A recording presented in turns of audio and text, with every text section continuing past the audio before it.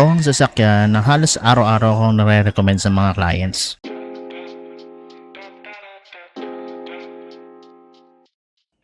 Guys, kamusta? Welcome muli sa channel. Today, pag-uusapan natin ang BYD Sea Lion 6.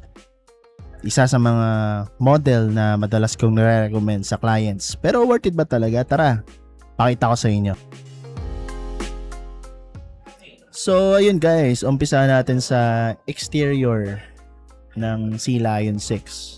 So, sa design, very clean at modern ang Sea Lion 6. Design nito ni Mr. Wolfgang Egger, isang German automotive designer na dati rin nagtrabaho sa Alfa Romeo, Audi at Lamborghini. Dimensions nga pala ni Sea Lion 6 ay 4,775mm sa length, 1,890mm sa width, 1,670mm sa height, at 173mm pagdating sa ground clearance. By the way guys, 5-seater compact SUV si Sea Lion 6. So huwag kayo mako-confuse ha, hindi 6-seater si Sea Lion 6, 5-seater lang. Ang makikita nyo sa front face ni Sea Lion 6 ay puro LED headlights na merong DRL. Malinis yung design ng front end at wala masyadong unnecessary elements. Dito nyo rin makikita tong wipers. By the way guys, rain sensing wipers to. So ibig sabihin, basta may na-detect siyang basa, automatic gagalaw yung wipers. Yun lang naman yan. Now, punta tayo sa gilid guys. Sa gilid, ang makikita nyo is yung 19-inch alloy wheels na merong gulong na size ng gulong na 235/50. Sa side mirrors, meron tong power folding, heating, auto dimming at paddle lamps. May roof rails din. So side mirror pa lang guys, sulit na yung features. Ang daming bago. Pagdating sa likod guys, syempre meron power tailgate. Ito yung isa sa mga convenience features na useful sa daily use. Pagdating sa access nitong Sea Lion 6, napakaraming ways para i-unlock at i-lock ang sasakyan. So, pwede sa door handle, pwede sa remote key, pwede sa BYD app, at ang panguli yung NFC card. Yung NFC card, pwede rin gamitin para i-stop at i-start ang vehicle. Bago natin puntahan ang interior ni Sea Lion 6, silipin muna natin yung under the hood ni Sea Lion 6. Gumagamit si Sea Lion 6 ng 1.5-liter high-efficiency engine plus permanent magnet synchronous electric motor. May output to na 197 PS at 325 Nm of torque. Front wheel drive si Sea Lion 6 guys. So aside from that, naririnig nyo na rin naman na to, gumagamit si Sea Lion 6 ng Super DMI technology or Super Dual Mode Intelligent Technology. Bali, plug-in hybrid system to guys. Ang main focus ng DMI ay efficiency. Si electric motor, ang palaging ginagamit or priority as much as possible habang tumutulong ang gasoline engine kapag kailangan ng additional power or battery support. So guys, ang advantage ng Super DMI sa Sea Lion 6 is simple. Electric first siya. Kapag may battery, electric motor ang pangunahing ginagamit. Kaya tahimik, smooth at efficient lalo na sa city driving. May 105 km pure EV range din tayo. Pero kapag mahaba ang biyahe or kailangan ng additional energy, papasok yung gasoline engine. So, makukuha mo yung driving feel at efficiency ng EV pero may gasoline backup ka kapag kailangan. Kaya hindi mo kailangan mamili between EV efficiency at long distance flexibility. Overall, clean and modern ang design ng Sea Lion 6. Hindi siya overloaded sa styling pero premium ang dating. And that's the exterior guys. Next, punta naman tayo sa interior, comfort, at space. Pagpasok nyo sa loob guys, puro leather ang nakikita yung material na ginamit dito sa Sea Lion 6. Leather seats ang gamit ng Sea Lion 6 at power adjustable ang driver at front passenger seats. May ventilation at heating din sa parehong front seats. Sa aircon, may dual zone automatic climate control, rear aircon vents at PM 2.5 filtration system. So, may sariling temperature control ang driver at front passenger habang may dedicated vents din para sa second row. Sa second row, Maganda ang legroom at headroom. Flat din ang floor sa likod kaya mas komportable kapag tatlo ang nakaupo sa second row. May adjustable rear seat back angle at center armrest din. Sa taas, may panoramic sunroof with electric shade. Malaking bagay ito sa cabin dahil mas open at spacious ang feel ng interior. Sa storage guys, may 552 liters na cargo capacity kapag nakaangat ang second row seats. Kapag kailangan ng mas malaking space, pwedeng i-fold ang rear seats gamit ang 60-40 split configuration. Maximum cargo capacity is around 1,440 liters. So kung family use ang pag-uusapan, malaking advantage ang Sea Lion 6 sa rear passenger space at cargo capacity. Overall, ang focus ng interior nito ay comfort, space, at practicality. Yun guys, so punta naman tayo sa technology and connectivity ni Sea Lion 6. Ang pinaka-highlight dito is itong 15.6-inch rotating touchscreen. Pwede itong rotate between landscape and portrait orientation. May wireless Apple CarPlay at Android Auto, Bluetooth connectivity, GPS navigation, music streaming at BYD Store. Meron din 12.3-inch LCD digital instrument cluster para sa driver. For audio, equip ito ng 10-speaker Infinity sound system.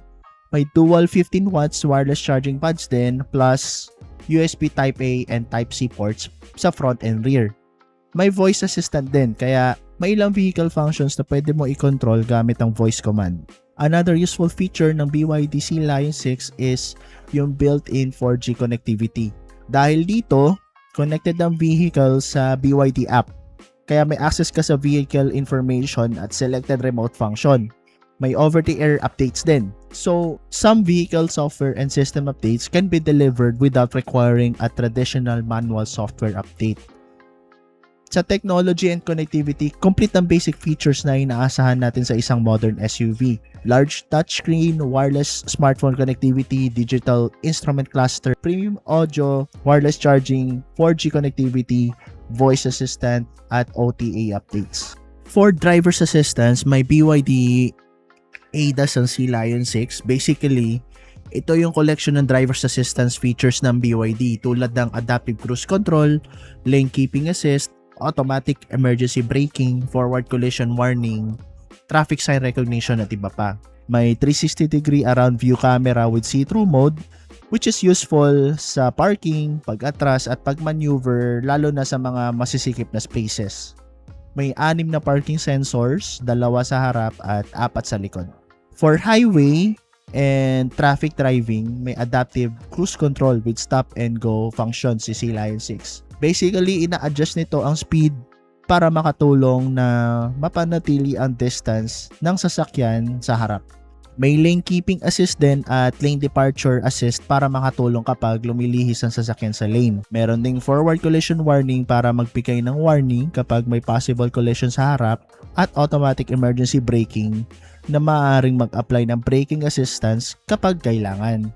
May traffic congestion assistance para sa mabagal at stop and go traffic.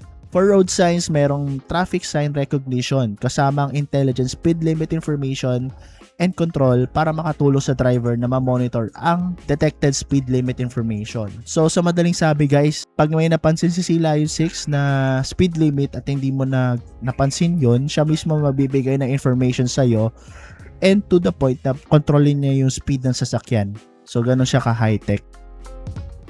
Reminder lang guys, ang ADAS or Advanced Driver Assist System is isang driver's assistance guys. Kailangan pa rin alerto si driver dahil siya pa rin talaga ang responsable sa vehicle at sa road condition. For protection, equip ang Sea Lion 6 ng multiple airbags para sa driver at passengers, kasama ang seatbelt safety systems. May TPMS or Tire Pressure Monitoring System para ma-monitor ang tire pressure at ma-alert ang driver kapag may abnormality. May ABS, Electronic Stability Control at Electronic Braking System na tumutulong sa vehicle control during braking and emergency situations. Alright guys, so punta naman tayo sa pros and cons ng Sea Lion 6. Pero bago ko umpisahan guys, disclaimer lang na Syempre, itong mga sasabihin ko is purely subjective lang guys. So, opinion lang, yun. Punta muna tayo sa pros. Unang-una is yung plug-in hybrid system. First advantage is yung Super DMI plug-in hybrid system. May pure EV driving ka for daily trips pero may gasoline engine ka pa rin kapag kailangan mo ng additional range. So, hindi ka fully dependent sa charging stations kapag long distance travel. Number 2, EV range. May 105 pure EV range based on the stated NEDC figures ng BYD Philippines. Kung maikli lang ang daily commute mo at regular ka nagcha-charge sa bahay, malaking portion ng daily driving mo can potentially be done using electric power. So dito na rin pumapasok yung good problem na hindi na nagagamit yung gasoline. So isa rin sa kailangan mong bantayan guys is yung gasoline mo. Since hindi siya magagamit dahil maikli lang yung commute mo on a daily basis, malaki yan siya sa mapanisan ka ng gasolina. So yan yung isa sa good problem na sinasabi ko. Anyway, punta tayo sa number 3, combined range. Kapag kailangan mo naman ng long distance travel, may gasoline engine for backup. So si Lion 6, kaya nito umabot up to 1,100 km combined range depending on operating conditions at test cycle syempre. Number 4, features and equipment. Another strong point is the amount of equipment na meron si Lion 6. Panoramic sunroof, power tailgate, ventilated and heated seats, 15.6-inch rotating touchscreen, 12.3-inch digital instrument cluster, 360-degree camera, ADAS, Infinity sound system, wireless charging, Apple CarPlay and Android Auto, and yung V2L guys. Discuss ko si V2L maya-maya. So in terms of features, very well equipped si Lion 6. Interior space, kahit 5-seater SUV si Lion 6, good ang passenger at cargo space. May 552-liter cargo capacity plus 60-40 split folding rear seats. So practical siya for family use and everyday errands. Ito na guys, si V2L or si vehicle to load. Another advantage to the Lion 6. Pwede mong gamitin ng vehicle battery para mag-power ng external electrical devices. Very useful siya kahit hindi lang sa camping or outdoor activities, kahit emergency situations gaya ng brownout. Yan. Punta tayo sa cons guys. Number 1 is walang DC fast charging si Lion 6.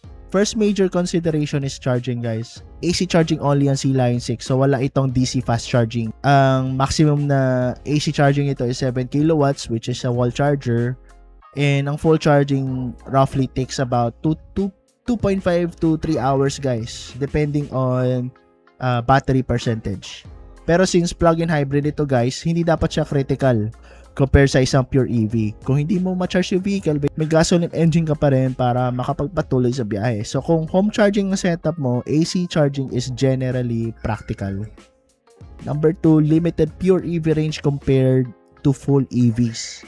The 105km EV range is only useful for daily driving pero hindi ito comparable sa full EVs na may 300, 400, or 500 plus kilometer of pure EV range. So kung ang priority mo ay long distance pure electric driving, may better options in the full EV category. Pero kung gusto mo na EV driving plus gasoline backup, dito nagiging advantage ang DMI system. Number 3 is walang full-size spare tire si Lion 6. Instead of a full spare tire, may tire repair kit at air compressor naman si Lion 6. Pero useful lang kit during a normal puncture. Kung sidewall damage or major tire damage, kailangan mo pa rin na proper tire repair or replacement. So kung gusto mo ng spare tire talaga sa sasakyan, kailangan mong i-consider to. Pero don't worry guys, may nabibili ng spare tire para sa Lion 6. Yun nga lang, pag bumili ka ng stock, binili mo siya as brand new, wala pa siyang kasamang spare tire. So, ikaw lang ang bibili nun sa labas. Another consideration is the lack of a blind spot detection indicator dito sa atin. For some buyers, very important itong safety feature na to.